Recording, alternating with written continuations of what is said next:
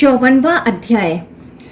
ज्योति सन्निवेश वर्णन में लोकपालों की पुरियों का वर्णन, सूर्य की स्थिति तथा उसकी गति से होने वाले अयन एवं ऋतुओं की स्थिति, ध्रुव स्थान तथा मेघों का स्वरूप और वृष्टि का प्रादुर्भाव। सूत जी बोले, हे ऋषियों, देव क्षेत्रों को देखकर मैं ग्रहों की गति के ज्ञान के लिए अन्न में ग्रहों की गति का संक्षेप में वर्णन करता हूँ। मेरु के पूर्व में मानस पर्वत पर महेंद्र की पुरी स्थित है, दक्षिण में सूर्यपुत्र यम की, पश्चिम में वरुण की और उत्तर में सोम की विशालपुरी है। उनमें दिक्पाल रहते हैं। वह पुरियां क्रमशः अमरावती, सैमनी, सुखा तथा विभा नाम वाली हैं। लोकपालों की पुरियों के ऊपर सभी ओर दक्षिणायन में बाण के समान गति वाले सूर्य की जो गति है उसे आप लोग जानिए। दक्षिणायन में सूर्य बाण की तरह गमन करते हैं। वह नक्षत्र चक्र को साथ लेकर निरंतर परिभ्रमण करते हैं। हे द्विजों, जब प्रभु सूर्य इंद्र की पुरी में प्रवेश करते हैं तब संयमनी पुरी के सभी लोग सूर्य का उदय देखते हैं। जब वह सूर्य संयमनी पुरी में होते हैं तब पश्चिम में सुखावती पुरी में प्रातःकाल होता है। उस समय विश्व के नेत्र तुल्य भगवान सूर्य विभापुरी में अस्त होते हैं। जिस प्रकार मैंने अमरावती में सूर्य की गति को कहा है, उसी प्रकार ये सूर्य सैमनी को पाकर सुखा तथा विभा को भी प्राप्त करते हैं। हे द्विजों, जब आग्नेय दक्षिण पूर्व भाग में अपराह्न होता है तब नैतृत दक्षिण पश्चिम भाग में पूर्वाह्न, उस समय वायव्य उत्तर पश्चिम भाग में भयानक रात्रि का उत्तरार्ध और उत्तर पूर्व भाग में रात्रि का प्रथम काल होता है। सब प्रकार से यही गति होती है। इसी प्रकार जब जल को सोखने वाले सूर्य आकाश के मध्य में संचरण करते हैं तब वह एक मुहूर्त में पृथ्वी पर 30 अंश चलते हैं। एक मुहूर्त में सूर्य के द्वारा पार की गई दूरी को योजन परिमाण में सुनिए। यह संख्या 31,50,000 योजन कही गई है। यह महात्मा भास्कर की एक मुहूर्त की गति है। जब सूर्य इस गति में दक्षिण दिशा की ओर जाते हैं तब वहां 6 माह भ्रमण करने के बाद पुनः उत्तरायण काल में उत्तर दिशा की ओर लौटते हैं। दक्षिणायन के समय महातेजस्वी सूर्य मानसोत्तर पर्वत पर पुष्कर के मध्य भ्रमण करते हैं। वह सूर्य 180 मंडल से गुजरते हैं। उत्तरायण तथा दक्षिणायन को बाहरी एवं आभ्यंतर कहा गया है। सूर्य प्रतिदिन उन्हीं मंडलों पर भ्रमण करते हैं। जैसे कुम्हार के चाक का बाहरी भाग शीघ्रता पूर्वक चारों ओर घूमता है, वैसे ही सूर्यदेव दक्षिणायन में तेजी से भ्रमण करते हैं। इसलिए वह थोड़े समय में ही अपेक्षाकृत अधिक भूमि पर पहुंचते हैं। दक्षिणायन में सूर्य मात्र 12 मुहूर्तों में शीघ्रता पूर्वक दिन में 13.5 नक्षत्र चलते हैं, जबकि रात्रि में 18 मुहूर्तों में उतनी ही नक्षत्र की दूरी को तय करते हैं। जैसे कुम्हार के चाक का मध्य भाग मंद गति से चलता है, उसी प्रकार सूर्य उत्तरायण में मंद गति से भ्रमण करते हैं। इसलिए वह अधिक समय में थोड़ी भूमि पर पहुंचते हैं। सूर्य का वह रथ आदित्यों, मुनियों, गंधर्वों, अप्सराओं, ग्रामीणों, सर्पों तथा राक्षसों से अधिष्ठित रहता है। 1000 किरणों वाले वह सूर्य आगे से, पीछे से, नीचे से तथा ऊपर से किरण छोड़कर ब्रह्मा की अत्युत्तम सभा को प्रकाशित करते हुए संध्या वंदन के समय मुनियों तथा ब्राह्मणों के द्वारा अर्घ्य हेतु छोड़े गए जल से पास आने वाले राक्षसों को मार मारकर आगे बढ़ते रहते हैं। उत्तरायण के पश्चिम भाग में दिन 18 मुहूर्त का होता है। उस समय सूर्य मंद गति वाले होकर चलते हैं। सूर्य रात में 12 मुहूर्त में 13.5 नक्षत्र दूरी को तय करते हैं और दिन में चलते हुए वह उतनी ही नक्षत्र की दूरी 18 मुहूर्तों में तय करते हैं। जिस प्रकार नाभि में चक्र अधिक मंद गति से घूमता है, उसी प्रकार चक्र के मध्यस्थ मिट्टी के पिंड की भांति मध्य में स्थित ध्रुव घूमता है। प्राचीन विद्या के वेता कहते हैं कि दिन और रात मिलकर 30 मुहूर्त के बराबर होते हैं। दोनों दिशाओं के बीच में मंडलों में सूर्य घूमता है। जैसे कुलाल चक्र की नाभि उसी स्थान पर रहती है और घूमती है, उसी प्रकार ग्रहों में श्रेष्ठ ध्रुव भी ग्रहों के साथ घूमते हैं। मुनियों तथा नक्षत्रों का समूह उसी के मन के अनुसार चलता है। उसी ध्रुव के द्वारा अधिष्ठित सूर्यदेव वायु के साथ सभी ओर से अपनी किरणों के द्वारा जल ग्रहण करते हैं। उत्तानपाद के पुत्र को ध्रुव पद भगवान विष्णु की कृपा से सुलभ हुआ और ध्रुव ने इसे अपने पिता के कारण प्राप्त किया था। सूर्य के द्वारा ग्रहण किया गया वह जल क्रम से चंद्रमा को प्राप्त होता है और पुनः वह जल चंद्रमा से मेघों को प्राप्त होता है। इसके बाद वायु द्वारा आघात करने पर मेघों का समूह पृथ्वी पर वृष्टि करता है। सूर्य सबको भासित करते हैं, इसलिए वह भास्कर नाम वाले हैं। जल का कभी नाश नहीं होता, वही जल पुनः परिवर्तित हो जाता है। भगवान शिव ने सभी प्राणियों के कल्याण के लिए जल की इस गति का निर्माण किया है। जल ही भुवः स्वः अन्न तथा अमृत है। जल सभी लोकों का प्राण है। अधिक कहने से क्या लाभ, सभी प्राणी समस्त भुवन एवं यह चराचर जगत जल से बना हुआ है। भगवान भी शिव रूपी जल के आधिपत्य में व्यवस्थित हैं। भगवान शिव जल के अधिपति कहे गए हैं। यह संपूर्ण जगत शिवमय है, इसमें आश्चर्य क्या है। सर्वव्यापी विष्णु देव को नारायण पद जल से ही प्राप्त हुआ है। विष्णु संपूर्ण जगत के निवास स्थान है और जल उनका निवास स्थान है।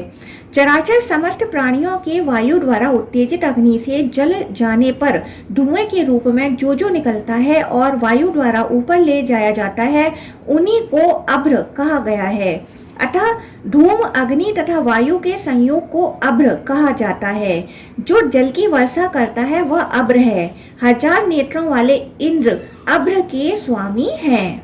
यज्ञ के धुएं से उत्पन्न अभ्र मेघ सदा द्विजों का हित करने वाला होता है और दावानल के धूम से उत्पन्न अभ्र वन के लिए हितकर कहा गया है। मृत प्राणियों के जलाने पर उठे हुए धूम से उत्पन्न अभ्र अशुभ के लिए होता है और हे द्विजों, अभिचाराग्नि के धूम से उत्पन्न अभ्र प्राणियों के नाश के लिए होता है। इस प्रकार अलग अलग धूमों से संसार का हित तथा अहित होता है। अतः मनुष्य को चाहिए कि अभिचार कर्म से उत्पन्न धूम को ढक दें। यदि कोई द्विज धूम को ढके बिना अभिचार कर्म करता है तो यह संसार के विनाश का कारण हो जाता है। हे सुव्रतों, जल के भंडार स्वरूप मेघ वायु की आज्ञा से जगत के हित के लिए इस लोक में 6 महीने वृष्टि करते हैं। मेघ का गर्जन वायु के द्वारा, विद्युत के द्वारा तथा अग्नि के द्वारा होता है। हे मुनि श्रेष्ठों, उन मेघों की उत्पत्ति 3 प्रकार से होती है। अभ्र शब्द का अर्थ है जो नष्ट नहीं होता है। मेहन शब्द से मेघ उत्पन्न कहा गया है। काष्ठ, वाहन, वैरिंच तथा पच्छ ये विभिन्न प्रकार के मेघ होते हैं। घृत का काष्ठ से संयोग होने पर अग्नि से जो धूम निकलता है उससे प्रथम प्रकार का मेघ बनता है। दूसरे प्रकार के मेघ की उत्पत्ति ब्रह्मा की श्वास वायु से होती है। इंद्र के द्वारा पर्वतों के काटे गए पक्षों से तीसरे प्रकार के मेघ उत्पन्न होते हैं। अग्नि से उत्पन्न मेघ शुभ होते हैं और वे आवाह नामक वायु के स्थान में जाते हैं। ब्रह्मा के श्वास से उत्पन्न सभी मेघ प्रवाह नामक वायु के स्कंद पर रहते हैं। पुष्कर आदि मेघ पक्ष से उत्पन्न होते हैं। ये जब बरसते हैं तब क्रम से शांत ध्वनि करने वाले तथा विनाशकारी होते हैं। इनके द्वारा यथाक्रम यह कृत्य होता है। कुछ मेघ अल्प वृष्टि करने वाले होते हैं और कुछ मेघ दीर्घ काल तक शीतल वायु वाले होते हैं। कुछ मेघ जीवक होते हैं, कुछ मेघ क्षीण होते हैं और वे विद्युत तथा ध्वनि से रहित होते हैं। कुछ मेघ पृथ्वी तल से 1 कोस के भीतर आकाश में इधर उधर रहते हैं। पर्वत पर रहने वाले सभी मेघ आधे कोस की दूरी में होते हैं। हे द्विजों, पृथ्वी तल से योजन मात्र की दूरी वाले विद्युत युक्त मेघ साध्य होने के कारण पृथ्वी पर अधिक जल वृष्टि करने वाले होते हैं। उन मेघों का 3 प्रकार का वृष्टि सर्ग बता दिया गया। पर्वतों के कटे हुए पक्षों से उत्पन्न मेघ कल्पज होते हैं और वे अति महान होते हैं। वे कल्प के अंत में विनाश के लिए रात्रि में बरसते हैं। पुष्कर आदि पक्ष जनित मेघ जब बरसते हैं तब संपूर्ण जगत सागर में हो जाता है और उसमें भगवान रात में शयन करते हैं। हे श्रेष्ठ ब्राह्मणों, अग्नि से उत्पन्न, ब्रह्मा के श्वास से उत्पन्न तथा कटे हुए पर्वतों के पक्ष से उत्पन्न मेघों का धूम सदा आप्यायन कहा गया है। समस्त पौंड्र पुण्य देश में होने वाली वृष्टि विद्युन्मय, शीतल तथा अन्न प्रदान करने वाली होती है। पुण्य देश के मेघ बर्फ के समान शीतल होते हैं और वे हाथी के सूंड से गिरते हुए जल के छिड़काव की भांति प्रतीत होते हैं। गांग नामक मेघ गंगा के जल से उत्पन्न होते हैं। ये परावह संज्ञक वायु द्वारा पर्वतों, नदियों और दिग्गजों को व्याकुल कर देते हैं। मेघों से अलग हुआ जल एक पर्वत से दूसरे पर्वत पर पहुंचता है। परावह नामक जो वायु है वह मेघों को हिमालय, अंबिका गुरु पर्वत की ओर ले जाती है। हे द्विजों, पुनः मैनापति हिमालय से आगे बढ़कर ये मेघ समुद्र के मध्य देशों की वृद्धि के लिए भारतवर्ष में भारी वर्षा करते हैं। वस्तुओं की वृद्धि के लिए होने वाली वृष्टियां दो प्रकार की कही गई हैं। मैं बुद्धि के अनुसार उन दोनों का संक्षेप में वर्णन करता हूँ। संसार के नेत्र स्वरूप महातेजस्वी भगवान सूर्य वृष्टियों का सृजन करने वाले हैं। हे द्विजश्रेष्ठों, वह भी साक्षात ईशान परमेश्वर शिव ही हैं। हे विप्रों, वह ही तेज, ओज, बल, यश, नेत्र, स्रोत, मन, मृत्यु, आत्मा, मन्यु, क्रोध, दिशाएं और विदिशाएं हैं। वही सत्य, रत, वायु, आकाश, ग्रह, लोकपाल, विष्णु, ब्रह्मा, रुद्र तथा साक्षात महेश्वर हैं। वह 1000 किरणों वाले श्रीमान, 8 भुजाओं वाले, परम कल्याणकारी, अर्धनारीश्वर, 3 नेत्रों वाले तथा देवताओं के अधिपति हैं। हे द्विजों, इन्हीं की कृपा से नाना प्रकार की वृष्टि होती है। ये 1000 गुना जल देने के लिए अपनी किरणों से जल ग्रहण करते हैं। विचार पूर्वक देखा जाए तो इस जल का नाश अथवा वृद्धि होती ही नहीं। ध्रुव के द्वारा अधिष्ठित वायु वृष्टि का पुनः हरण कर लेती है। तदंतर यह सूर्य ग्रह से निकलकर संपूर्ण नक्षत्र मंडल में फैलती है। उसके बाद ध्रुव के द्वारा अधिष्ठित यह वृत्ति पुनः सूर्य में प्रवेश करती है। इस प्रकार श्रीलिंग महापुराण के अंतर्गत पूर्व भाग में ज्योतिष चक्र में सूर्यादि कथन नामक 54वां अध्याय पूर्ण हुआ। 55वां अध्याय शिव स्वरूप भगवान सूर्य के रथ तथा चैत्रादि 12 मासों में रथ के साथ भ्रमण करने वाले देवता, मुनि, नाग, गंधर्व आदि का वर्णन। सूत जी बोले, हे ऋषियों, मैं संक्षेप में सूर्य के रथ और चंद्रमा तथा अन्य ग्रहों के विषय में बताऊंगा और जिस प्रकार जल का शोषण करने वाले सूर्य गति करते हैं उसका भी वर्णन करूंगा। हे श्रेष्ठ ऋषियों, ब्रह्मा के द्वारा विशेष प्रयोजन के लिए निर्मित वह सूर्य रथ संवत्सर के अवयवों से कल्पित किया गया है। 3 नाभि तथा 5 अरों वाले चक्र से युक्त यह सूर्य रथ सुवर्णमय है और सभी देवताओं का निवास स्थान है। यह लंबाई तथा चौड़ाई में 9000 योजन वाला कहा गया है। इसका ईशादंड प्रमाण माप में रथोपस्थ से दुगुना है। जहाँ चक्र है वहाँ स्थित अंतरिक्षगामी घोड़ों से वह युक्त जुटा हुआ है। उसके 7 घोड़े वेद के 7 छंदों गायत्री, बृहति, उष्णिक, जगति, त्रिष्टुम, अनुष्टुप और पंक्ति से निर्मित हैं। वे चक्र के बगल में बंधे हुए हैं। ध्रुव में रथ का अक्ष लगा हुआ है। वह रथ घोड़ों तथा चक्र सहित घूमता है और ध्रुव अक्ष के साथ घूमता है। वह अक्ष ध्रुव से प्रेरित होकर एक ही चक्र के साथ घूमता है। बुद्धिमान ध्रुव वायु किरणों के द्वारा ज्योतिर्गणों के ग्रह, नक्षत्र आदि को प्रेरित करता है। 2 रश्मियां किरणें रथ के जुए तथा अक्ष के अग्रभाग में बनी हुई हैं और उन जुए तथा अक्ष में रश्मियों से निबद्ध वह सूर्य रथ ध्रुव के द्वारा भ्रमण करता है। इस प्रकार भ्रमण करते हुए आकाश में विचरण करने वाले रथ के अनेक मंडल होते हैं। वह रश्मि निबद्ध जुए तथा अक्ष की कोटियां उस रथ के दाहिनी ओर होती हैं। रज्जुओं के द्वारा ध्रुव से प्रगहित अरुण चक्र तथा घोड़े और वह दोनों रश्मियां घूमते हुए ध्रुव का अनुगमन करते हैं। इस रथ की वायु लहरी रूपा युगाक्ष कोटि जुए तथा अक्ष की कोटि कील में बंधी हुई रस्सी की भांति सभी दिशाओं में घूमती है। उत्तरायण में मंडलों में घूमते हुए उस सूर्य की दोनों रश्मियां बढ़ जाती हैं और दक्षिणायन में मंडलों में घूमते हुए सूर्य के द्वारा वह रश्मियां खिंच जाती हैं। जब वह रश्मियां ध्रुव के द्वारा प्रेरित की जाती हैं तब रथ के भीतर स्थित सूर्य मंडल में घूमता है। उस समय सूर्य दोनों दिशाओं के 180 मंडलों का चक्कर लगाता है। पुनः ध्रुव के द्वारा किरणों के छोड़े जाने पर उसी भांति सूर्य मंडलों के बाहर भ्रमण करता है, वह मंडलों को घेरते हुए वेग पूर्वक चलता है। देवता तथा मुनिगण नित्य दिन रात भव स्वरूप ईश्वर सूर्यदेव का निरंतर पूजन करते हैं। वह रथ देवताओं, आदित्यों, मुनियों, गंधर्वों, अप्सराओं, ग्रामीणों, सर्पों तथा राक्षसों के द्वारा अधिष्ठित है। ये लोग सूर्य में 2-2 महीने क्रम से निवास करते हैं और कल्याणकारी आदित्य भास्करों को अपने तेज से तृप्त करते हैं। मुनिगण अपने वचनों से ग्रथित स्तुतियों के द्वारा सूर्य का स्तवन करते हैं। गंधर्व तथा अप्सराएं गान एवं नृत्य के द्वारा उनकी उपासना करते हैं। ग्रामणी, यक्ष तथा भूतगण किरणों का संग्रह करते हैं। सर्वगण सूर्य का वहन करते हैं।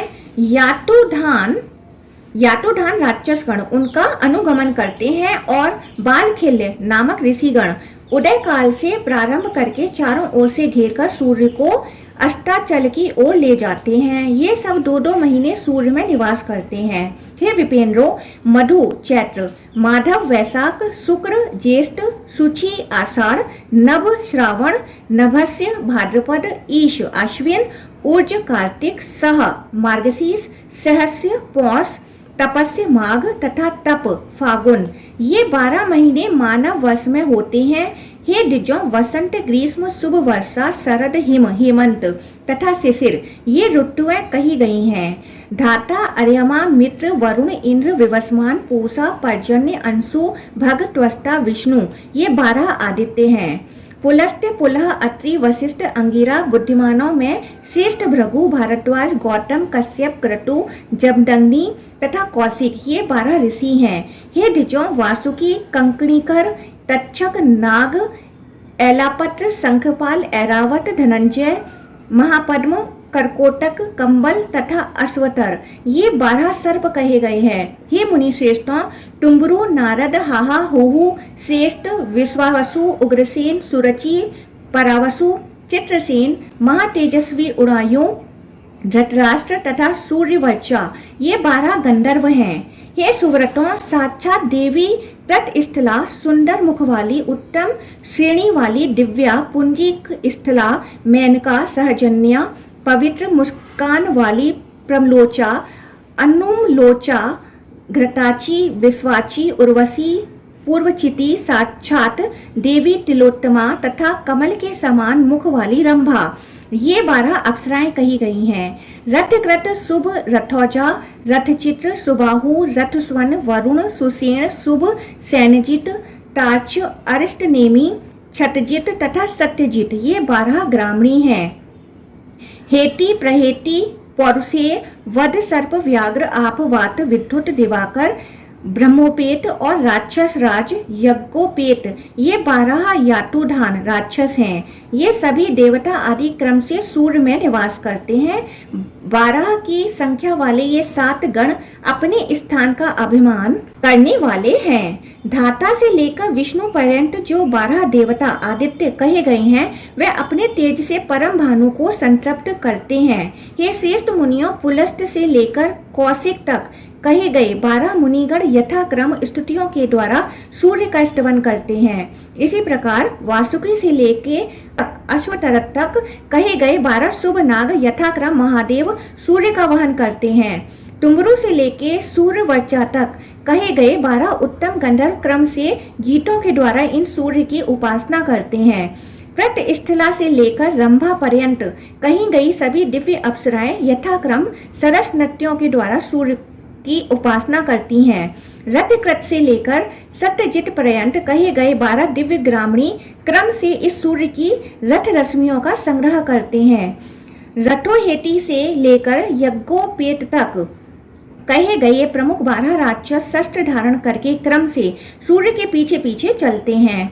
धाता तथा अर्यमा 2 आदित्य, प्रजापति, पुलस्त्य तथा पुलह 2 ऋषि, वे दोनों नाग, वासुकी एवं कंकणिक, गान करने वालों में श्रेष्ठ गंधर्व टुमरु तथा नारद, कृत स्थला एवं पुंजिक स्थला अप्सराएं, वे दोनों ग्रामणी, रथकृत तथा रथौजा और यातुधान कहे गए राक्षस। हेति तथा प्रहेति, यह समुदाय चैत्र एवं वैशाख महीनों में सूर्य में निवास करता है। इसी प्रकार ग्रीष्म ऋतु के 2 महीनों में भी ये लोग निवास करते हैं। 2 आदित्य मित्र तथा वरुण, ऋषि, अत्रि एवं वशिष्ठ, सर्प, तक्षक तथा नाग 2 अप्सराएं, मेनका और सहजन्या 2 गंधर्व, हाहा तथा हुहु, रथचित्र एवं सुबाहु नामक वे दोनों ग्रामणी और यातुधान कहे गए पौरुषेय तथा वध, ये सब शुक्र, ज्येष्ठ तथा शुचि, आषाढ़ महीने में सूर्य में निवास करते हैं। इसके बाद अन्य देवता सूर्य में निवास करते हैं। आदित्य, इंद्र तथा विवस्वान, ऋषि, अंगिरा तथा भृगु वे दोनों सर्प, एलापत्र एवं शंखपाल, गंधर्व, विश्वावसु तथा उग्रसेन, ग्रामणी, वरुण एवं रथस्वन, विख्यात प्रमलोचा तथा अनुमलोचा वे दोनों अप्सराएं और वे दोनों यातुधान, सर्प तथा व्याघ्र। यह समुदाय नभ, श्रावण तथा नभस्य भाद्रपद महीनों में सूर्य में निवास करता है। आदित्य, पर्जन्य तथा पूषा, ऋषि भरद्वाज एवं गौतम, सर्प, धनंजय तथा इरावान, ऐरावत, गंधर्व, सुरुचि तथा परावसु, अप्सराओं में श्रेष्ठ घृताची तथा परम सुंदर विश्वाची वे दोनों ग्रामणी, सेनानी, सेनाजित तथा सुसेन और यातुधान कहे गए वे दोनों आप तथा वात, ये सब इस अश्विन तथा ऊर्ज कार्तिक महीनों में सूर्य में निवास करते हैं। इसी प्रकार हेमंत ऋतु के 2 महीनों में भी ये लोग सूर्य में निवास करते हैं। ये दोनों आदित्य, अंशु तथा भग, ऋषि कश्यप तथा क्रतु, भुजंग, महापद्म तथा सर्प, करकोटक वे दोनों गंधर्व, चित्रसेन तथा उड़ायु, दोनों अप्सराएं उर्वशी तथा पूर्वाचिति, ग्रामणी, सेनानी, तार्क्ष तथा अरिष्टनेमी और यातुधान कहे गए दोनों विद्युत तथा दिवाकर, ये सब सह मार्गशीर्ष तथा सहस्य पौष महीनों में सूर्य में निवास करते हैं।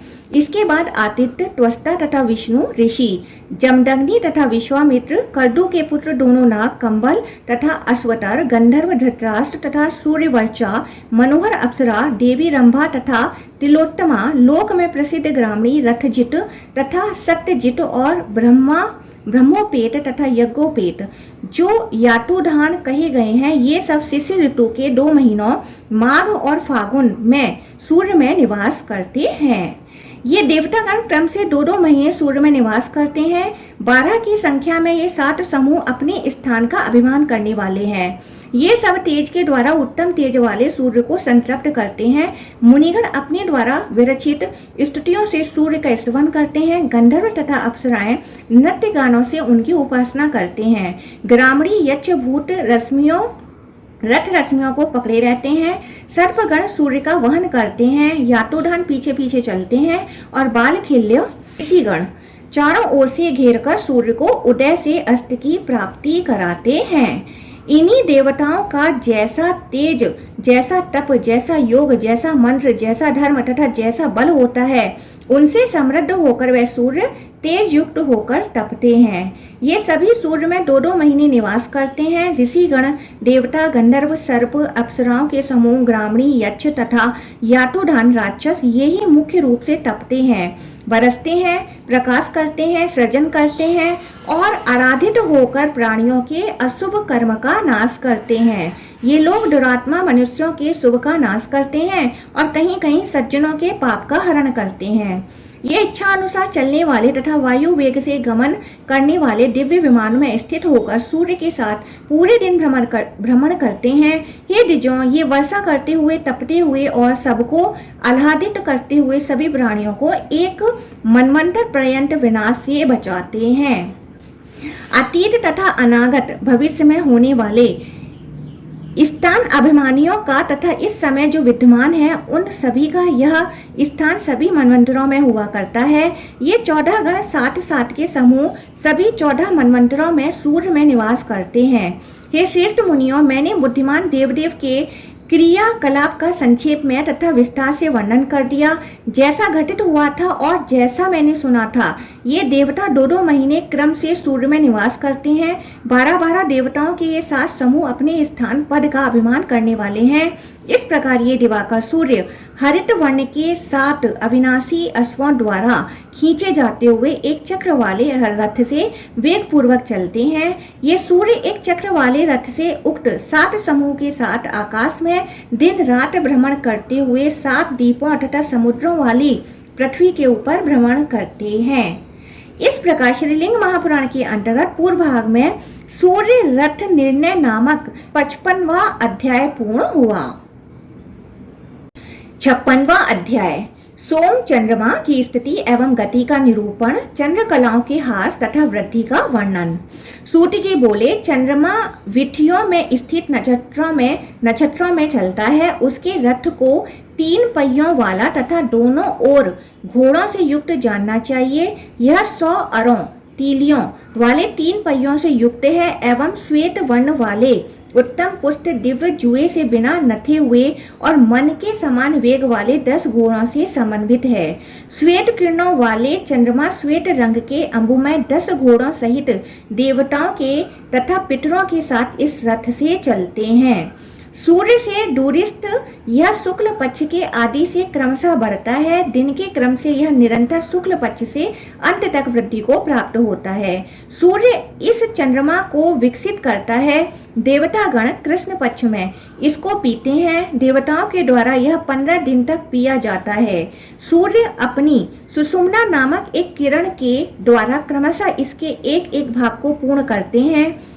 इन सूर्य के तेज से चंद्रमा का शरीर विकसित होता है। ये पूर्णिमा तिथि को पूर्ण मंडल वाले होकर श्वेत वर्ण के दिखाई पड़ते हैं। इस शुक्ल पक्ष में दिन के क्रम से चंद्रमा बढ़ते रहते हैं। तत्पश्चात कृष्ण पक्ष की द्वितीया से प्रारंभ करके चतुर्दशी तिथि तक देवता लोग चंद्रमा के जल में मधुर सुधामृत का पान करते हैं। वह अमृत सूर्य के तेज से आधे महीने तक चंद्रमा में भरा रहता है। उस अमृत को पीने के लिए पूर्णिमा तिथि को पूरी रात सभी देवता पितरों तथा ऋषियों के साथ चंद्रमा के पास स्थित रहते हैं। कृष्ण पक्ष के आदि से सूर्याभिमुख चंद्रमा की पी जाती हुई कलाएं क्रमशः क्षीण होती जाती हैं। वसु 8, रुद्र 11, आदित्य 12 तथा अश्विनी 2 ये 33 देवता एवं इनके पुत्र पौत्र रूप 3300 तथा 33,000 देवता चंद्रमा का पान करते हैं। इस प्रकार दिन के क्रम से देवताओं के द्वारा चंद्रमा का पान किए जाने पर आधे महीने तक पान करके वे श्रेष्ठ देवता अमावस्या तिथि को चले जाते हैं। उसके बाद उसी अमावस्या तिथि को पितृगण चंद्रमा के पास स्थित होते हैं और शुक्ल पक्ष की प्रतिपदा तक बचे हुए अमृत का पान करते हैं। अंतिम कला के रूप में 15वें भाग के शेष रहने पर अपराह्न में पितृगण चंद्रमा के पास आ जाते हैं और उसकी जो कला बची रहती है उसका पान 2 कला वाले समय 2 घड़ी तक करते हैं। अमावस्या तिथि को किरणों से निकले हुए स्वधामृत को पीते हैं। इस प्रकार अमृत पीकर महीने भर की तृप्ति प्राप्त करके वह चले जाते हैं। प्रत्येक पक्ष के आरंभ में 16वें दिन चंद्रमा की वृद्धि तथा क्षय का होना बताया गया है। इस प्रकार पक्ष में चंद्रमा में होने वाली यह वृद्धि सूर्य के कारण होती है। इस प्रकार श्रीलिंग महापुराण के अंतर्गत पूर्व भाग में सोम वर्णन नामक 56वां अध्याय पूर्ण हुआ। 57वां अध्याय बुध आदि ग्रहों के रथों का स्वरूप, ग्रह नक्षत्रों एवं तारागणों द्वारा ध्रुव का परिभ्रमण, ग्रहों का स्वरूप विस्तार तथा उनकी गति का निरूपण। सूत जी बोले, हे ऋषियों, चंद्रमा के पुत्र बुध का रथ जल अग्नि में और पिसंग वर्ण वाले सुंदर 8 गुणों से युक्त है। दैत्यों के आचार्य बुद्धिमान शुक्र का रथ पुष्ट विभिन्न वर्णों वाला तथा पृथ्वी में 10 गुणों से युक्त कहा गया है। मंगल का रथ सुवर्ण में परम सुंदर एवं 8 गुणों वाला है। बृहस्पति का रथ सुवर्ण में है तथा 8 गुणों से युक्त है।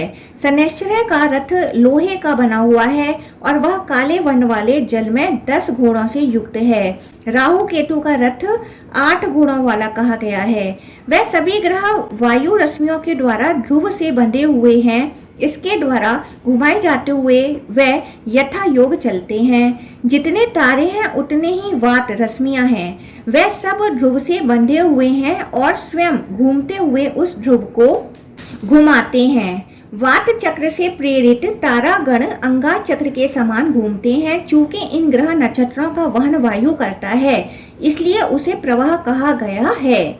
ग्रहों तथा तारागणों के साथ नक्षत्र तथा सूर्य सबके सब चक्र रूप में उन्मुख एवं अभिमुख होकर आकाश में स्थित हैं। ध्रुव के द्वारा नियंत्रित वह सब ध्रुव की प्रदक्षिणा करते हैं। वह धुरी रूप ईश्वर ध्रुव को देखने के लिए आकाश में भ्रमण करते हैं। सूर्य का व्यास 9000 योजन कहा गया और इस प्रमाण के अनुसार उनके मंडल का विस्तार 3 गुना है। चंद्रमा का विस्तार सूर्य के विस्तार से दुगुना बताया गया है। उन दोनों के बराबर होकर राहु नीचे से चलता है। मंडलाकार बनी हुई पृथ्वी छाया को लेकर राहु का तीसरा बड़ा स्थान है, जो अंधकार में है। योजन के प्रमाण से शुक्र का व्यास तथा मंडल चंद्रमा के व्यास एवं मंडल का 16वां भाग कहा गया है। आकार में बृहस्पति को शुक्र से 1/4 कम कहा गया है। विस्तार के प्रमाण से मंगल तथा शनि बृहस्पति से 1/4 कम है, अर्थात मंगल एवं शनि विस्तार में बृहस्पति के 3/4 हैं। बुध विस्तार तथा मंडल में उन दोनों का 3/4 है।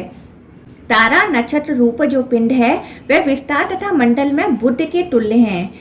तत्ववेता को चंद्रमा से युक्त उन नक्षत्रों को रक्ष नाम से जानना चाहिए। छोटे छोटे असंख्य तारे तथा नक्षत्र परस्पर 5, 4, 3 एवं 2 योजन की दूरी पर हैं। सबसे ऊपर अत्यंत छोटे तारामंडल हैं जो केवल 2 योजन विस्तार वाले हैं। उनसे छोटे तारे नहीं हैं। उनके ऊपर 3 ग्रह शनि, बृहस्पति तथा मंगल जो दूर की यात्रा करने वाले हैं, उन्हें मंद गति वाला जानना चाहिए। उनके नीचे 4 अन्य बड़े ग्रह सूर्य, चंद्रमा, बुध तथा शुक्र हैं जो तेजी से चलने वाले हैं। तारागण उतने ही करोड़ हैं जितने सभी रक्ष नक्षत्र हैं। रक्ष मार्ग में उनकी भी स्थिति ध्रुव के नियंत्रण से ही है। 7 घोड़ों वाले सूर्य का अनुक्रम से नीचोच्चत्व, नीचा तथा ऊंचा होना होता रहता है। जब सूर्य उत्तरायण मार्ग में स्थित होते हैं और चंद्रमा पूर्ण मंडल में होते हैं, तब सूर्य कुछ अस्पष्ट किरणों के साथ उच्चत्व के कारण शीघ्र दिखाई पड़ते हैं। जब सूर्य दक्षिणायन में मार्ग में स्थित होते हैं, तब वे नीचे वाली विधि में रहते हैं। पृथ्वी की रेखा द्वारा ढका हुआ सूर्य उससे नीचे होता है। पूर्णिमा तथा अमावस्या के दिनों में यथा समय दिखाई देता है, क्योंकि यह शीघ्र अस्त हो जाता है। अतः नए चंद्रमा की तिथि अमावस्या पर चंद्रमा उत्तरायण में होता है। यह दक्षिण मार्ग में दिखाई नहीं पड़ता, क्योंकि नक्षत्रों के गति योग के कारण यह चंद्रमा सूर्य के अंधकार से ढका हुआ होता है।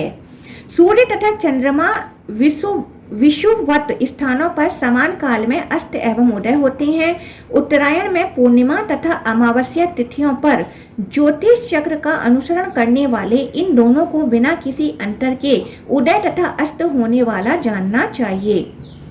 जब सूर्य दक्षिणायन मार्ग में स्थित होकर चलता है, तब वह सभी ग्रहों के नीचे से गुजरता है। उस समय चंद्रमा अपने मंडल को विस्तृत करके उस सूर्य के ऊपर चलते हैं और संपूर्ण नक्षत्र मंडल चंद्रमा से ऊपर भ्रमण करता है। नक्षत्रों से ऊपर बुध, बुध से ऊपर शुक्र, शुक्र से ऊपर मंगल, मंगल से ऊपर बृहस्पति, उस बृहस्पति से ऊपर शनि और उससे ऊपर सप्त ऋषि मंडल विद्यमान है। 7 ऋषियों के ऊपर ध्रुव की स्थिति है। उस परम विष्णु लोक को जानकर मनुष्य पाप से मुक्त हो जाता है। 200,000 योजन दूरी पर ग्रह, नक्षत्र, तारों से ऊपर यथाक्रम सभी ग्रह और दिव्य तेज से युक्त चंद्रमा, सूर्य दिन रात भ्रमण करते हुए सदा नक्षत्रों से जुड़े रहते हैं। वह ग्रह, नक्षत्र तथा सूर्य कभी नीचे, कभी ऊंचे एवं कभी सीधी रेखा में स्थित रहते हैं। समागम तथा भेद दोनों स्थितियों में वह प्रजाओं को एक साथ देखते हैं। ऋतुएं 6 कही गई हैं, वह सब 5 प्रकार से आती हैं। एक दूसरे पर आश्रित होने के कारण ये परस्पर जुड़ी होती हैं, किंतु उनका यह योग एक दूसरे के साथ बिना संकर मिश्रण के ही होता है। ऐसा विद्वानों को जानना चाहिए। हे द्विजों, इस प्रकार मैंने जैसा देखा तथा सुना है, उसके अनुसार संक्षेप में सूर्य आदि ग्रहों की गति का वर्णन किया। पद्मा योनि ब्रह्मा ने ग्रहों के अधिपति के रूप में 1000 किरणों वाले भगवान सूर्य को अभिषिक्त किया है। जैसे रुद्र ने कार्तिकेय को अभिषेक किया है। अतः सज्जनों को अपने कार्य की सिद्धि के लिए सूर्य ग्रह की पीड़ा के समय कहे गए विधान के अनुसार यथाविधि अग्नि में ग्रहार्चन करना चाहिए। इस प्रकार श्रीलिंग महापुराण के अंतर्गत पूर्व भाग में ज्योतिष चक्र में ग्रहचार कथन नामक 57वां अध्याय पूर्ण हुआ। 58वां अध्याय ब्रह्मा द्वारा शिव के आदेश से ग्रहों, नक्षत्रों, जलों आदि के अधिपति के रूप में सूर्य, चंद्रमा, वरुण आदि की प्रतिष्ठा का निरूपण। ऋषिगण बोले, हे सूत जी, सर्वात्मा प्रजापति ब्रह्मा जी ने सभी प्रमुख देवताओं तथा दैत्यों को अधिपति के रूप में किस प्रकार अभिषिक्त किया, इस समय हम लोगों को बताइए। सूत जी बोले, हे ऋषियों, भगवान ब्रह्मा ने ग्रहों के अधिपति के रूप में सूर्य का और नक्षत्रों तथा औषधियों के अधिपति के रूप में चंद्रमा का अभिषेक किया। उन पितामह ने वरुण देव को जलों का अधिपति, यक्षों में श्रेष्ठ कुबेर को धनों का अधिपति, विष्णु जी को आदित्यों का अधिपति, अग्नि को वसुओं का अधिपति, दक्ष को प्रजापतियों का अधिपति, इंद्र को मरुतों का अधिपति, दैत्य श्रेष्ठ प्रहलाद को दैत्यों तथा दानवों का अधिपति, धर्म को पितरों का अधिपति, नितर्ति को राक्षसों का अधिपति, रुद्र को पशुओं का अधिपति, गणों के नायक नंदी को भूतों का अधिपति, भयंकर वीरभद्र को वीर पिशाचों का अधिपति, सभी देवताओं द्वारा नमस्कृत चामुंडा को मात्र गणों का अधिपति, देवेश ईश्वर नील लोहित को रुद्रों का अधिपति, व्योम से उत्पन्न तथा हाथी के समान मुख वाले विनायक को विघ्नों का अधिपति, देवी उमा को स्त्रियों का अधिपति, देवी सरस्वती को वाणी का अधिपति, विष्णु जी को मायावियों का अधिपति, स्वयं अपने को संपूर्ण जगत का अधिपति, हिमालय को पर्वतों का अधिपति, गंगा को नदियों का अधिपति, जल निधि महासागर को सभी समुद्रों का अधिपति और अश्वत्थ तथा प्लक्ष को वृक्षों का अधिपति बनाया। उन्होंने चित्ररथ को गंधर्वों, विद्याधरों तथा किन्नरों का अधिपति, उग्र तेज वाले वासुकी को नागों का अधिपति और उग्र वीर्य वाले तक्षक को सर्पों का अधिपति बनाया।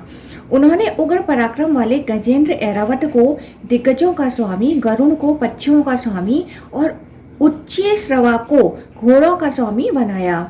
उन्होंने सिंह को मृगों का स्वामी, वृषभ को गौओं का स्वामी, सरभ को सिंहों का स्वामी, अतुलनीय गुहा कार्तिकेय को सेना अधिपतियों का स्वामी और लकुलीस को श्रुतियों तथा स्मृतियों का स्वामी बनाया।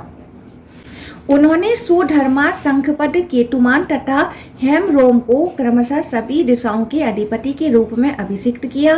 उन्होंने पृथु को पृथ्वी का स्वामी, महेश्वर को सबका स्वामी और सब कुछ जानने वाले वृषभ ध्वज शंकर को चारों विश्व प्राज्ञ तेजस तुरिया मूर्तियों का स्वामी बनाया। इस प्रकार भगवान ब्रह्मा ने शंभु की कृपा से पूर्व काल में इन सभी को क्रम से अभिषिक्त किया। इन्हें अभिषिक्त करके लोगों के स्वामी पुण्यात्मा ब्रह्मा बहुत प्रसन्न हो गए। हे श्रेष्ठ मुनियों, मैंने आप लोगों को यह विस्तार से बता दिया। विश्व को उत्पन्न करने वाले ब्रह्मा ने इसी तरह से विशिष्ट गुणों से युक्त इन सबको अभिषिक्त किया था। इस प्रकार श्रीलिंग महापुराण के अंतर्गत पूर्व भाग में सूर्य आदि का अभिषेक कथन नामक 58वां अध्याय पूर्ण हुआ। 59वां अध्याय पार्थिव, सूची तथा वैद्युत नाम से अग्नि के 3 रूपों का वर्णन, 12 मास के 12 सूर्यों का नाम निर्देश एवं सूर्य रश्मियों का वर्णन। सूत जी बोले, यह सुनकर मुनि लोग संशय में पड़ गए और उन्होंने उन रोमहर्षण सूत जी से पुनः यह बात पूछी। ऋषिगण बोले, वक्ताओं में श्रेष्ठ है सूत जी, आपने यहाँ जो कहा है उसे तथा ग्रहों के निर्णय को विस्तार से बताइए। तब उनका वचन सुनकर उनके संदेह को दूर करने के लिए सूत जी एकाग्रचित्त होकर उत्तम बात कहने लगे। इस विषय में शांत बुद्धि वाले महाज्ञानियों ने जो कुछ बताया है उसे मैं आप लोगों से कहूँगा और चंद्रमा तथा सूर्य की गति का वर्णन करूँगा। मैं यह बताऊँगा कि सूर्य, चंद्र आदि ग्रह किस प्रकार देवताओं के निवास स्थान है। इसके बाद मैं अग्नि की 3 प्रकार की उत्पत्ति का वर्णन करूँगा। दिव्य अग्नि, भौतिक अग्नि तथा पार्थिव अग्नि के विषय में बताऊँगा। अव्यक्त से उत्पन्न होने वाले ब्रह्मा जी की रात्रि बीत जाने पर यह दृश्य जगत अस्पष्ट था और घोर अंधकार से आच्छन्न था। इसी लोक के विशेष रूप से नष्ट हो जाने पर तथा इसका चौथाई भाग अवशिष्ट रहने पर संसार का कार्य सिद्ध करने वाले वह भगवान ब्रह्मा सृष्टि की कामना से खगोत की भांति वहां विचरण करने लगे। तदंतर पृथ्वी तथा जल में संश्रित उन जगदीश्वर ने लोक के आदि में अग्नि का सृजन करके पृथ्वी के जल का संहरण कर उसके प्रकाश के लिए अग्नि को 3 भागों में विभक्त किया। इस लोक में जो पवन है वह पार्थिव अग्नि कहा जाता है और जो अग्नि सूर्य में तपती है उसे सूची अग्नि कहा जा गया है। विद्युत से उत्पन्न अग्नि को अब्जिक जानना चाहिए। इस प्रकार जल के गर्भ से उत्पन्न वैद्युत, जाठर तथा सौर ये 3 अग्नियां हैं। अब मैं उनके लक्षणों को बताऊंगा। विभु सूर्य अपनी किरणों से जल को पीते हुए चमकते हैं। जल से उत्पन्न अग्नि जल में समाविष्ट रहती है और वह जल से नहीं बुझती है। मनुष्यों के उदर में रहने वाली अग्नि प्रशांत नहीं होती। वह पवन अग्नि ज्वाला युक्त होती है किंतु निष्प्रभ होती है। उसे जठर अग्नि कहा गया है। यह जो अग्नि है वह एक मंडल के रूप में शुक्ल वर्ण वाली तथा ऊष्मा रहित होती है। सूर्य के अस्त हो जाने पर उनकी संपूर्ण प्रभा एक पाद चौथाई रह जाती है। वह प्रभा रात्रि के समय अग्नि में प्रविष्ट हो जाती है, इसलिए वह दूर से प्रकाश दिया करती है। जब सूर्य पुनः उगता है तब पार्थिव अग्नि की उष्णता एक चरण से सूर्य में प्रवेश कर जाती है, इसलिए अग्नि तपती है।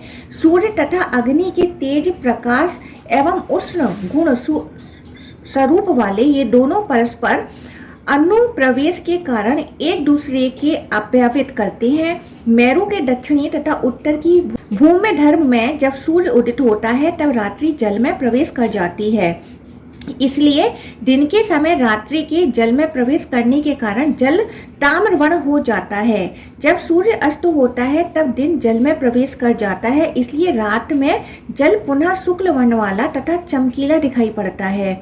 इसी क्रम योग से उदय एवं अस्त दोनों समयों में दिन और रात दक्षिणोत्तर भूमि धर्म में जल में प्रवेश किए करते हैं। जो यह सूर्य अपनी किरणों से जल को पीता हुआ तपता रहता है उसे पार्थिव अग्नि मिश्रित दिव्य सूची अग्नि कहा गया है। 1000 पाद किरण वाली यह अग्नि व्रत कुंभ के तुल्य कही गई है। वह अपनी 1000 नाड़ियों किरणों से चारों ओर से नदियों, समुद्रों, कूपों, बावलियों, नालों आदि स्थावर जंगम में से जलों को ग्रहण करती है। उसकी 1000 नाड़ियां हैं जो शीत, उष्ण और वर्षा से युक्त हैं। उनमें से विचित्र रूपों वाली 400 नाड़ियां वर्षा करती हैं। वह भजना, माल्या, केतना तथा पतना है। अमृता नाम वाली ये सभी रश्मियां वृष्टि करने वाली हैं।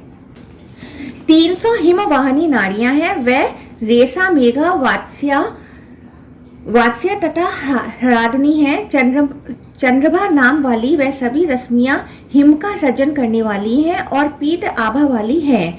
शुक्ला, कुकुभा, गौ तथा विश्वभ्रत ये रश्मियां शुक्ला नाम वाली हैं। वह सब 300 रश्मियां ऊष्मा उत्पन्न करने वाली हैं। चंद्रमा उन तीनों किरणों के द्वारा मनुष्य, पितृगणों तथा देवताओं का भरण करता है। वह मनुष्यों को औषधि से, पितरों को स्वधा से और सभी देवताओं को अमृत से तृप्त करता है। वह सूर्य वसंत तथा ग्रीष्म में 300 किरणों से तपता है। वर्षा तथा शरद में 400 किरणों से वर्षा करता है और हेमंत तथा शिशिर में 300 किरणों से हिम छोड़ता है। इंद्र, धाता, भग, पूषा, मित्र, वरुण, अर्यमा, अंशु, विवस्वान, त्वष्टा, पर्जन्य और विष्णु ये 12 सूर्य हैं। वरुण माघ मास में सूर्य है एवं पूषा फाल्गुन मास में सूर्य है। अंशु चैत्र मास में सूर्य होता है और धाता वैशाख मास में सूर्य होता है। इंद्र ज्येष्ठ मास में सूर्य होता है और अर्यमा आषाढ़ मास में सूर्य होता है। विवस्वान श्रावण मास में और भग भाद्रपद मास में सूर्य कहा गया है। पर्जन्य आश्विन मास में सूर्य होता है और त्वष्टा कार्तिक मास में सूर्य होता है। मित्र मार्गशीर्ष मास में सूर्य होता है और सनातन विष्णु पौष मास में सूर्य होते हैं। सूर्य संबंधी कर्म में वरुण की 5000 रश्मियां होती हैं। पूषा 6000 किरणों से, अंशुदेव 7000 किरणों से, धाता 8000 किरणों से और इंद्र 9000 किरणों से सूर्य कर्म करते हैं। विवस्वान 10,000 किरणों से गमन करता है और भग 11,000 किरणों से गमन करता है। मित्र 7,000 रश्मियों से तपता है। त्वष्टा 8,000 किरणों से युक्त कहा गया है। अर्यमा 10,000 किरणों से तथा पर्जन्य 9,000 किरणों से गमन करता है। विष्णु नामक सूर्य 6,000 रश्मियों से पृथ्वी पर तपता है। सूर्य वसंत ऋतु में कपिल वर्ण के और ग्रीष्म ऋतु में स्वर्ण की प्रभा वाले होते हैं। वह सूर्य वर्षा ऋतु में श्वेत वर्ण और शरद ऋतु में पांडु वर्ण के होते हैं। रवि हेमंत ऋतु में ताम्र वर्ण वाले और शिशिर ऋतु में लोहित वर्ण वाले होते हैं। इस प्रकार मैंने सूर्य में होने वाले रंगों का वर्णन किया। सूर्य औषधियों को बल देते हैं, स्वधा से पितरों को तृप्त करते हैं और देवताओं को अमृत प्रदान करते हैं। इस प्रकार वह उन तीनों को 3 वस्तुएं देते हैं। इस प्रकार सूर्य की वह हजारों किरणें लोक कल्याण करती हैं। शीत उष्ण तथा वर्षा करने वाली ये किरणें लोक में पहुंचकर भिन्न भिन्न रूप धारण करती हैं। शुक्ल वर्ण वाला तथा दैदीप्यमान यह मंडल सूर्य नाम वाला है। यह नक्षत्रों, ग्रहों एवं चंद्रमा की प्रतिष्ठा का कारण है। चंद्रमा, नक्षत्र तथा ग्रह इन सभी को सूर्य में उत्पन्न जानना चाहिए। चंद्रमा नक्षत्रों का अधिपति है और शिवजी का बायां नेत्र है। स्वयं सूर्य शिवजी के दाहिने नेत्र हैं। वह इस लोक में लोगों को ले जाते हैं, इसलिए ये नयन कहे जाते हैं। इस प्रकार श्रीलिंग महापुराण के अंतर्गत पूर्व भाग में सूर्य रश्मि स्वरूप कथन नामक 59वां अध्याय पूर्ण हुआ। 60वां अध्याय मंगल, बुध, बृहस्पति, शनि आदि ग्रहों एवं सूर्य के महात्मा का वर्णन। सूत जी बोले, सूर्य अग्नि के रूप में पढ़ा जाता है और चंद्रमा को जल कहा गया है। शेष, भौम आदि 5 ग्रहों को ईश्वर तथा इच्छा के अनुसार भ्रमण करने वाला जानना चाहिए। हे ऋषियों, मैं शेष ग्रहों की प्रकृति भली भांति बताता हूँ, आप लोग सुनिए। भौम मंगल ग्रह को देवताओं का सेनापति स्कंद कहा जाता है। ज्ञानी लोग बुध को नारायण देव कहते हैं। हे द्विजश्रेष्ठों, मंद गति वाला महाग्रह शनैश्चर समस्त लोकों का स्वामी तथा लोक प्रभु साक्षात यम है। देवताओं और असुरों के गुरु भानुमान महाग्रह बृहस्पति तथा शुक्र प्रजापति के पुत्र कहे गए हैं। आदित्य ही संपूर्ण त्रैलोक का मूल है, इसमें संदेह नहीं है। देवता, असुर तथा मनुष्य सहित संपूर्ण जगत इसी सूर्य से उत्पन्न होता है। वह सूर्य, रुद्र, इंद्र, उपेंद्र, चंद्रमा, श्रेष्ठ ब्राह्मणों, अग्नि एवं देवताओं इन सब घुटी संपन्न देवों की घुटी हैं। उनका जो संपूर्ण तेज है वह सार्वलौकिक है। वह सबकी आत्मा, सभी लोगों के ईश्वर महादेव और प्रजापति हैं। सूर्य ही तीनों लोगों के ईश, सबके कारण स्वरूप एवं परम देवता है। उन्हीं से सब कुछ उत्पन्न होता है और उन्हीं में विलीन हो जाता है। लोगों के भाव तथा अभाव पूर्व काल में आदित्य से ही निकले थे। हे विप्रों, उत्तम प्रभा वाला दीप्तिमान सूर्य नामक ग्रह अविज्ञ है। क्षण, मुहूर्त, दिन, रात, पक्ष, मास, संवत्सर, वर्ष, ऋतु तथा युग इन्हीं सूर्य से बार बार उत्पन्न होते हैं और इन्हीं में समाप्त होते हैं। इसलिए सूर्य के बिना यह काल गणना नहीं होती है। काल के बिना न नियम हो सकता है, न दीक्षा हो सकती है और न दैनिक कृत्य ही हो सकते हैं। इसके बिना ऋतुओं का विभाजन, पुष्प, मूल तथा फल कैसे हो सकते हैं? धान्य की उत्पत्ति कैसे संभव है और तृण तथा औषधियों भी कैसे हो सकती हैं? जगत को तपाने वाले रुद्र रूप भास्कर के बिना इस लोक में तथा स्वर्ग में प्राणियों के व्यवहार का अभाव हो जाएगा।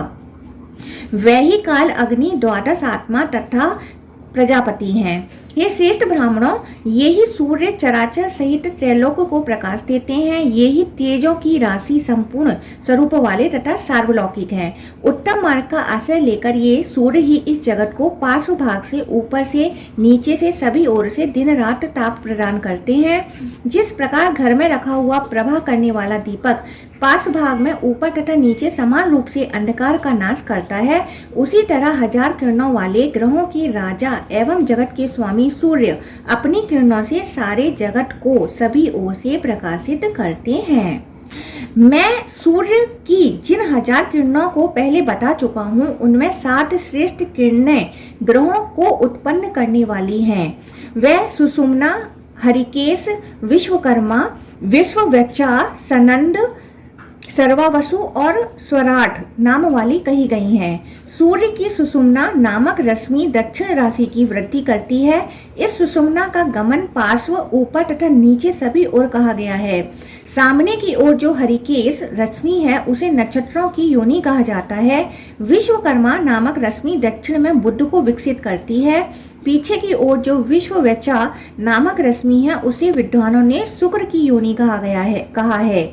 जो सन्नद्ध नामक रश्मि है वह मंगल की योनि है। छठी जो सर्वावसु रश्मि है वह बृहस्पति की योनि है। इसके बाद स्वराट रश्मि शनैश्चर को पोषित करती है। इस प्रकार सूर्य के ही प्रभाव से सभी नक्षत्र, ग्रह और तारे अंतरिक्ष में दिखाई देते हैं और यह संपूर्ण जगत दिखाई देता है। चूंकि वे नष्ट नहीं होते इसलिए उन्हें नक्षत्र कहा गया है। इस प्रकार श्रीलिंग महापुराण के अंतर्गत पूर्व भाग में सूर्य प्रभाव वर्णन नामक 60वां अध्याय पूर्ण हुआ। 61वां अध्याय ज्योति सन्निवेश में ग्रहों के स्वरूप तथा नक्षत्रों और ग्रहों की पारस्परिक स्थिति का वर्णन। सूत जी बोले, हे ऋषियों, रात्रि में सूर्य किरणों से प्रकाशित होने वाले ये सभी क्षेत्र भारतवर्ष में अनुष्ठित पुण्यों द्वारा पुण्य आत्माओं के होते हैं। तदंतर सूर्य सुकृतों के पूर्ण होने पर ग्रहों के आश्रय में रहने वाले ग्रह आश्रित नक्षत्र तारों को अपने प्रभाव मंडल में ले लेते हैं। शुक्ल होने से तथा तारक होने से ये तारे कहलाते हैं। दिव्य पार्थिव तथा रात्रि में होने वाले अंधकार को अपने तेज से ग्रहण कर लेने के कारण वह आदित्य नाम वाला है। फैलाने तथा बहाने के अर्थ में यह सु धातु पड़ी जाती है, अतः तेज को फैलाने तथा जल को बहाने के कारण इसे सविता कहा गया है। यह चदी धातु आह्लाद करने के अर्थ में कही जाती है। आह्लाद करने के कारण चंद्रमा का नाम बहुल भी है। इसके अतिरिक्त यह शुक्लत्व, अमृतत्व तथा शीतत्व को भी प्रकट करता है। सूर्य तथा चंद्रमा के मंडल दिव्य प्रकाशमान आकाशगामी जल तेज से युक्त शुक्ल वर्ण वाले गोल घड़े के समान तथा शुभ हैं। उनमें चंद्रमा का मंडल घने जल के स्वरूप वाला तथा सूर्य का मंडल घने तेज के स्वरूप वाला शुक्ल वर्ण का कहा गया है। सभी देवता इन स्थानों में भली भांति निवास करते हैं। वह सभी मनवंतरों में नक्षत्रों, सूर्य तथा ग्रहों का आश्रय ग्रहण करते हैं। इसलिए ग्रह एक तरह से ग्रह ही हैं और वे उन्हीं के नाम वाले होते हैं। सूर्य ने सौर स्थान में प्रवेश किया एवं सोम चंद्रमा ने सौम्य स्थान में प्रवेश किया। 16 किरणों वाला प्रतापी शुक्र शौक्र स्थान में प्रविष्ट हुआ। बृहस्पति बृहत स्थान में तथा लोहित भौम लोहित स्थान में स्थित हुआ। शनैश्चर देव शनैश्चर स्थान में, बुध बौद्ध स्थान में तथा स्वरभानु राहु स्वरभानु स्थान में स्थित हुए। सभी नक्षत्र अपने अपने नक्षत्र स्थानों में प्रवेश करते हैं। ये सब ज्योति स्थान पुण्य आत्माओं के ग्रह हैं। ब्रह्मा ने इन स्थानों को निर्मित किया है। ये कल्प के आदि में प्रकट हुए और प्रलय पर्यंत बने रहते हैं। वह सभी मनवंतरों में देवताओं के निवास स्थान हुआ करते हैं। अभिमानी देवता लोग उनमें बार बार निवास करते हैं। ये स्थान अतीत, भाव्य तथा अभाव्य देवताओं के साथ और वर्तमान स्थानीय देवताओं के साथ विद्यमान रहते हैं। इस मनवंतर में ग्रहों को वैमानिक कहा गया है। वैवस्वत मंत्र में अदिति का पुत्र विवस्वान सूर्य है। ऋषि पुत्र घुतिमान देवता वसु को सोम चंद्र कहा गया है। असुरों के याजक शुक्र देव को भृगु का पुत्र जानना चाहिए। महातेजस्वी देवाचार्य बृहस्पति को आंगिरा ऋषि का पुत्र कहा गया है। जो सुंदर बुद्ध है उसे ऋषि पुत्र कहा गया है। विकृत रूप वाला शनैश्चर संज्ञा का पुत्र है, वह विवस्वान से उत्पन्न हुआ है। लोहित आभा वाला यह युवा भौम अग्नि रूप रुद्र के द्वारा उनकी पत्नी विकेशी से उत्पन्न हुआ है। नक्षत्र रक्ष नाम वाली जो भी हैं वह दक्ष की पुत्रियां कही गई हैं। प्राणियों के लिए कष्टकारी असुर राहु सिंह का पुत्र है। इस प्रकार सोम रक्ष ग्रह तथा सूर्य में उनके निवास स्थान है। इन स्थानों का वर्णन मैंने कर दिया और अपने अपने स्थान का अभिमान करने वाले स्थानीय देवताओं का भी वर्णन कर दिया।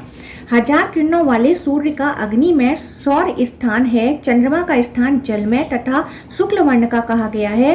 बुध ग्रह का निवास स्थान जल में स्वाम तथा मनोहर बताया गया है। शुक्र का निवास स्थान भी जल में शुक्ल वर्ण वाला तथा 16 किरणों से युक्त है। भौम मंगल का स्थान उत्तम लोहित वर्ण वाला तथा 9 रश्मियों से युक्त है। बृहस्पति का स्थान हरिद्रा हल्दी की आभा वाला विशाल तथा 16 रश्मियों से युक्त है। शनिश्चर का स्थान 8 रश्मियों से युक्त तथा कृष्ण वर्ण वाला कहा गया है। राहु का स्थान अंधकार में है, यह प्राणियों के लिए कष्टकारी स्थान है। सभी तारागणों को ऋषि रूप तथा एक रश्मि वाला जानना चाहिए। ये पुण्य कीर्ति वालों के आश्रय हैं तथा अपनी वर्ण से शुक्ल हैं। इन्हें घने जल के स्वरूप वाला जानना चाहिए। ये कल्प के प्रारंभ में ही निर्मित किए गए थे। वह सूर्य की रश्मियों के संयोग के कारण उत्तम प्रकाश से युक्त कहे गए हैं। सूर्य का विषकंभ व्यास 9000 योजन बताया गया है और मंडल के प्रमाण से उसका विस्तार 3 गुना है। चंद्रमा का विस्तार सूर्य के विस्तार से दुगुना कहा गया है। उन दोनों के समान विस्तार वाला होकर राहु उनके नीचे गमन करता है। मंडल के आकार की बनी हुई पृथ्वी छाया को लेकर राहु का तीसरा बड़ा स्थान है जो अंधकार में है। वह राहु चंद्र पर्वों में सूर्य से निकलकर चंद्रमा की ओर जाता है और सौर पर्वों में चंद्रमा से निकलकर सूर्य की ओर जाता है। चूंकि राहु भानु सूर्य को प्रेरित करता है अतः इसे स्वर भानु कहा जाता है। शुक्र का विस्तार योजन के प्रमाण से विषकंभ तथा मंडल घेरा में चंद्रमा का 16वां भाग कहा गया है। बृहस्पति को शुक्र से 1/4 कम जानना चाहिए। बृहस्पति से 1/4 कम मंगल तथा शनि ये दोनों बताए गए हैं। बुध विस्तार तथा मंडल में उन दोनों से 1/4 कम है। तारा नक्षत्र रूप वाले जो पिंड हैं ये वे विस्तार तथा मंडल में बुध के बराबर हैं। तत्ववेता को प्राय सभी नक्षत्रों को चंद्रमा से संबंध जानना चाहिए। तारा नक्षत्र रूप वाले वे परस्पर बहुत छोटे हैं। वह छोटे तारे 5, 4, 3 तथा 2 योजन विस्तार वाले हैं। इन सबके ऊपर अत्यंत छोटे तारा मंडल है जो केवल आधे योजन के हैं। उनसे छोटा कोई तारा नहीं है। उनके ऊपर 3 ग्रह हैं। वह दूर दूर भ्रमण करने वाले हैं। वह सौर अंगिरा बृहस्पति तथा वक्र भौम है। उन्हें मंद गति से भ्रमण करने वाला जानना चाहिए। उनकी गति के विषय में पहले ही क्रम से बता दिया गया है। सभी ग्रह इन्हीं नक्षत्रों में उत्पन्न हुए हैं। हे श्रेष्ठ मुनियों, अदिति का पुत्र विवस्वान सूर्य जो ग्रहों में प्रथम है विशाखा नक्षत्र में उत्पन्न हुआ है। धर्म का पुत्र ओजस्वी सोम वसु देवता है। वह शीत रश्मि वाला चंद्रमा कृतिका का नक्षत्र में उत्पन्न हुआ है। 16 रश्मियों वाला भृगु पुत्र शुक्र जो तारा ग्रहों में श्रेष्ठ है सूर्य के बाद तिस नक्षत्र में उत्पन्न हुआ है। 12 किरणों वाला अंगिरा पुत्र जगत गुरु बृहस्पति ग्रह पूर्व फाल्गुनी नक्षत्र में उत्पन्न हुआ है। 9 किरणों से युक्त तथा लोहित अंग वाला प्रजापति भौम ग्रह पूर्वाषाढ़ नक्षत्र में उत्पन्न होने वाला कहा गया है। 7 किरणों से युक्त सूर्य पुत्र शनैश्चर रेवती नक्षत्र में उत्पन्न हुआ है। 5 किरणों वाला चंद्रपुत्र बुध ग्रह धनिष्ठा नक्षत्र में उत्पन्न हुआ है। अंधकार में प्रजा का क्षय करने वाला तथा सबका विनाशक महाग्रह मृत्यु पुत्र सिखी केतु आश्लेषा नक्षत्र में उत्पन्न हुआ है। दक्ष की पुत्रियां अपने अपने नाम वाले नक्षत्रों में उत्पन्न हुई हैं। अंधकार तथा ओज से परिपूर्ण प्रकृति से काले मंडल वाला और सूर्य चंद्र का मर्दन करने वाला ग्रह राहु भरणी नक्षत्र में उत्पन्न हुआ है। इन शुक्र आदि ग्रहों को तारों के नाम से भी जानना चाहिए। ये अपने अपने जन्म नक्षत्रों में उत्पन्न पीड़ाओं में वैगुण्यता को प्राप्त होते हैं। तब उस ग्रह की पूजा करने से मनुष्य उस दोष से मुक्त हो जाता है। इन सभी ग्रहों में आदित्य सूर्य आदि प्रधान ग्रह कहा गया जाता है। तारा ग्रहों में शुक्र, केतुओं में धूमवान तथा चारों दिशाओं में विभक्त ग्रहों में ध्रुव प्रधान है। नक्षत्रों में घनिष्ठा, अयनों में उत्तरायण प्रधान है। 5 वर्षों में संवत्सर को प्रधान कहा गया है। ऋतुओं में शिशिर तथा मासों में माघ को आदि मास कहा जाता है। पक्षों में शुक्ल पक्ष और तिथियों में प्रतिपदा प्रधान है। दिन तथा रात के विभागों में दिन को आदि कहा गया है। मुहूर्तों में रुद्र दैवत आदि मुहूर्त हैं। हे काल वेताओं में श्रेष्ठ, क्षणों में निमेष आदि काल हैं। धनिष्ठा से श्रवण पर्यंत 5 वर्षों का युग होता है। भानु की विशेष गति के कारण जगत चक्र की भांति परिवर्तित होता रहता है। इसलिए सूर्य को काल की रचना करने वाला व्यापक तथा ईश्वर कहा गया है। सूर्य चारों प्रकार के प्राणियों का प्रवर्तक एवं निवर्तक है और साक्षात भगवान रुद्रदेव उस सूर्य के भी प्रवर्तक हैं। इस प्रकार महादेव ने लोक व्यवहार के लिए नक्षत्रों का अर्थ दृढ़ निश्चय वाला यह सन्निवेश निर्मित किया है। उन भगवान ने ही कल्प के आरंभ में बुद्धि पूर्वक इनका प्रवर्तन किया है। वे सबके आश्रय, अभिमानी तथा ज्योति स्वरूप हैं। एक रूप वाले उन प्रधान का यह अद्भुत परिणाम है। यथार्थ रूप से इसका वर्णन किसी के द्वारा नहीं किया जा सकता है। भौतिक दृष्टि वाले विद्वान मनुष्य को इन ज्योति गणों के प्रमाण तथा गति के विषय में आगम, वेद शास्त्र, अनुमान, प्रत्यक्ष और उपपत्ति के द्वारा सावधानी पूर्वक बुद्धि से परीक्षण करके इन पर श्रद्धा करनी चाहिए। ये श्रेष्ठ मुनियों, चक्षु शास्त्र, जल लेख्य तथा गणित, इन पांचों को नक्षत्रों के प्रमाण के निर्णय में साधन समझना चाहिए। इस प्रकार श्रीलिंग महापुराण के अंतर्गत पूर्व भाग में ग्रह संख्या वर्णन नामक 61वां अध्याय पूर्ण हुआ।